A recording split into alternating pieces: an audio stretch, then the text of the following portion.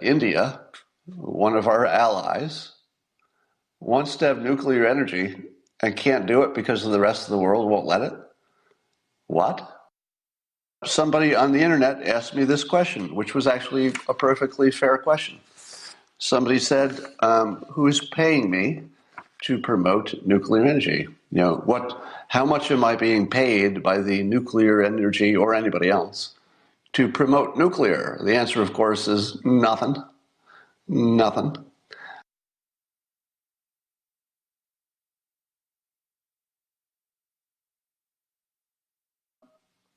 And I was disappointed to learn that maybe somebody would pay me for for promoting nuclear energy. And I thought, what?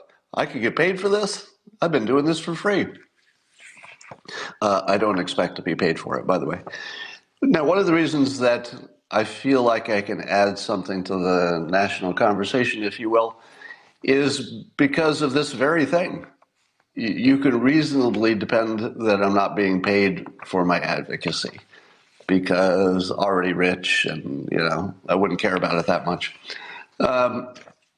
So no, I'm not being paid by anybody for my nuclear advocacy. It is simply a message which needed to be boosted. And there are a number of situations where I boost messages that I think are good for the world, but are being suppressed for whatever reason. Maybe we have some misunderstandings, some fears, some ignorance. There might be something blocking a better message from getting through. And I try to help amplify those messages. That's pretty much the whole story with me.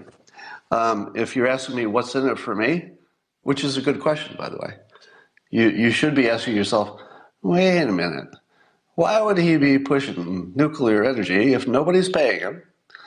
And it probably will be bad for him, meaning that there will be X number of people who will hate me for my position. Why would you take a position that gives you no compensation and makes people hate you, which will actually reduce your income because, in my case, people punish me by not buying my book or not reading Dilbert or something? So why would I do something that is clearly bad for me economically? It's obviously bad for me economically. Trust me on that. And no gain. Why would I do that? Well, I'm of the view that nobody does anything for nothing. Wouldn't you agree? Can't we agree that nobody really does anything for nothing? So there must be something I'm getting out of it. And there is. I like being useful. And if it ever came to a point where somebody said, hey, Scott, we will give you some, I don't know, praise or attention for being useful, I'd say, great. Thank you. I like praise. I like being useful. I like being recognized for being useful. But if that never happened, and the only thing that happened was the world was saved from nuclear, the world was saved from, let's say, climate disaster. Let's say the air was cleaned in all around the world and the water was clean. If the only thing that happened was all of those good things, and nobody ever said, thank you, Scott, for your little piece of that, I'd be okay with that. Totally okay. That would be 100% acceptable, not just acceptable, most amazing outcome ever. I would be the happiest person in the world if I were some teeny little piece of something good that happened. Why wouldn't I? How could anybody feel bad about that? Could you? Could you feel bad about being part of something that really made a difference? Of course not. We're all wired that way.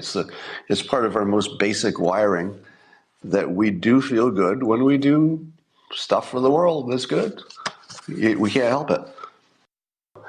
Let's talk about India. They want to, Modi is pushing to have India do nuclear energy to help with climate change, plus they need energy, plus they want clean air and water. So Modi is pushing nuclear power. But guess what? Oh God, did I just say guess what? I want to blow my own brains out for saying that. The overused phrase from you know where. I guess that's a tell for watching a particular network, isn't it? So Modi wants nuclear energy, but he can't have it. Did you know that? Were you aware that India one of our allies, wants to have nuclear energy and can't do it because the rest of the world won't let it? What? Now, the reason is fairly solid. The reason is that they're unwilling to sign a non-proliferation agreement, and if they did sign it, then other countries would be allowed to assist them with technology and fuel and stuff, as I understand it. But because they find some kind of a flaw in the agreement itself, just the document, the agreement has some kind of a flaw, which I don't know what it is and wouldn't understand if I did, they're not allowed to do it. Now, let me ask you this. They're our ally, and they want to solve climate change, and they know how, and it's nuclear energy, and the rest of the world won't let them do it. How serious are we about how serious are we about climate change, really? Shouldn't the rest of the country, shouldn't France and Great Britain, anybody who's got nuclear, shouldn't they be lobbying hard for India to get nuclear power? Really? Does anybody think India, with all of its resources and all of its engineers, do we think that India couldn't pull off a nuclear weapon? I mean, they have one, don't they? Don't they already have a nuclear weapon?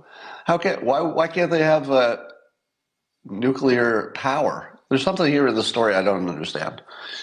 But anyway, the larger point of me bringing it up is that nuclear power will be the answer to climate change, even if there is no climate change risk. It's the only thing that makes everybody happy and we can actually do, and there's no other option. That's it. It's the only thing that could get us across the finish line of surviving as a species, apparently, if you believe the Calamity people.